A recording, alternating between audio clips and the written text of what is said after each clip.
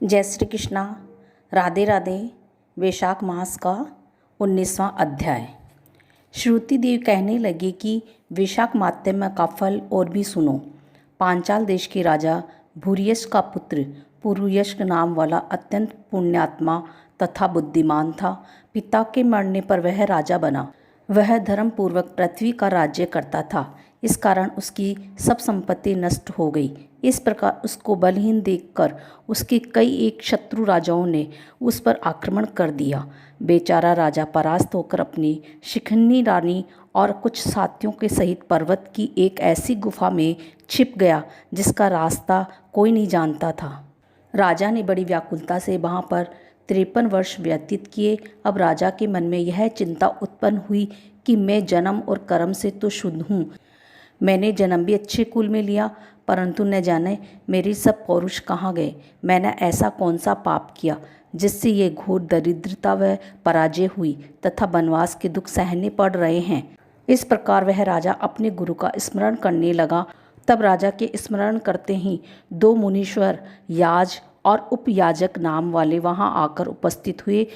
वनवास से दुखी, राज चिन्ह से हीन, वन के मार्ग को न जानने वाला वह राजा थोड़ी देर चुपचाप खड़ा रहा और फिर रोता हुआ उनके चरणों में गिर गया। तब दोनों मुनियों ने पकड़कर राजा को उठाया। इसके पश्चात राजा ने वन के पुष्पों से विधिवत उनका पूजन किया। जब वह दोनों बैठ गए तो राजा ने बड़ी नम्रता से उनसे प्रश्न किया कि महाराज, मैं जन्म से शुद्ध हूँ, पितरों और देवताओं का पूजन भी करता हूँ, पाप से डरता हूँ, प्राणियों पर दयावान, गुरु की भक्ति में प्रीति रखने वाला हूँ। फिर क्या कारण है कि मैं ऐसा दरिद्र हो गया हूँ? मेरा सब कोष नष्ट हो गया, शत्रुओं ने मुझको जीत लिया। वन का वासी अकेला क्यों रह गया? मेरे पुत्र पौत्र भाई बंधु कोई नहीं रहा। मैं निष्पाप होकर राज्य कर रहा था, फिर भी मेरे राज्य में अकाल क्यों पड़ गया? इसका कारण आप विस्तार पूर्वक मुझको कहिए। राजा के ऐसे वचन सुन थोड़ी देर सोचकर वह दोनों मुनि याज और उपयाजक कहने लगे कि हे राजन, तू अपने दुख का कारण सुन। पहले 10 जन्मों में तू अत्यंत घोर पापी व्याघ्र रहा है। 10वें जन्म में भी तू बड़ा कठोर हृदय व्याघ्र का जन्म धारण कर प्राणियों का वध करने में यमराज के तुल्य था। जब 10वें जन्म में तू घोर देश में था और अपने घोर एवं बुरे कर्मों में लगा हुआ यात्रियों को निर्दयता से कष्ट दिया करता था, तो उसी समय धूप से व्याकुल 2 बड़े धनवान वैश्य और वेद वेदांगों को जानने वाले कर्षण नाम वाले मुनि वहाँ पर आए। इनको आता देखकर तू धनुष बाण लेकर उनका रास्ता रोककर खड़ा हो गया। फिर उनमें से एक वैश्य को मारकर तूने सब धन छीन लिया।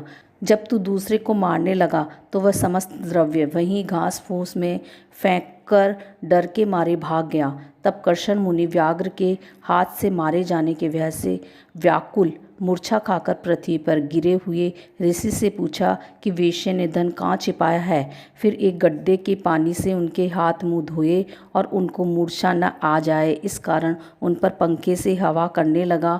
और मुनि ने कहा कि जब तक मैं इस वन में सशत्रु हूँ तब तक तुमको किसी बात का भय नहीं। निर्धन मनुष्य सदा सुखी रहते हैं तथा तुम्हारे फटे वस्त्र और टूटे बर्तनों को लेकर भी क्या करूँगा?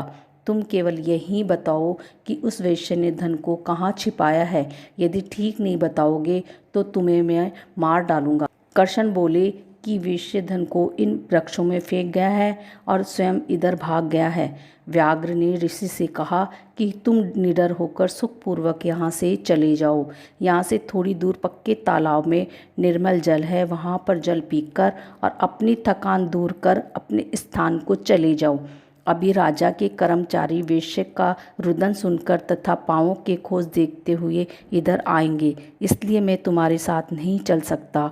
यह पंखा ले जाओ, इसकी हवा से कुछ गर्मी कम हो जाएगी। इस प्रकार वह पंखा लेकर गहन वन में चले गए। यद्यपि तुमने कार्यवश उसकी सेवा की थी, परंतु वैशाख मास की प्रचंड धूप में तुम्हारे द्वारा की गई इस सेवा के परिणाम स्वरूप तेरा जन्म विशाल राजवंश में हुआ। यदि तेरी इच्छा अब सुखी राज्य, धन धान्य, लक्ष्मी, स्वर्ग या सायुज्य मुक्ति पाने की है तो वैशाख तो धर्म को करो, तुमको संपूर्ण सुख प्राप्त हो जाएंगे। इस मास का नाम माधव मास है। इस दिन तू तत्काल व्यायी गो ब्राह्मण को दे, इससे तेरे कोष भर जाएंगे। छत्री के दान से तुझको राज्य की प्राप्ति होगी।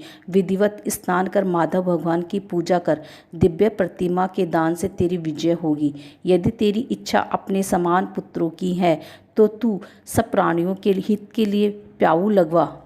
हे राजन, इंद्र वेशोक्त सब धर्मों के करने से समस्त लोग तेरे वश में हो जाएंगे। इतना कह दोनों कुल पुरोहित, याज और उपयाजक अपने अपने घर को चले गए।